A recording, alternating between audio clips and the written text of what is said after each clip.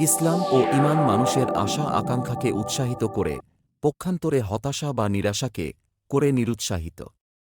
প্রকৃতপক্ষে যিনি আল্লাহকে প্রভু, রাসূল সাল্লাল্লাহু আলাইহি ওয়াসাল্লামকে অনুসরণীয় অনুকরণীয় নেতা ও ইসলামকে দিন বা জীবন ব্যবস্থা হিসেবে গ্রহণ করেছে, তার কি কোনো হতাশা থাকতে পারে? না, কখনো না। হতাশা নিরাশা তাকে স্পর্শ করতে পারে না।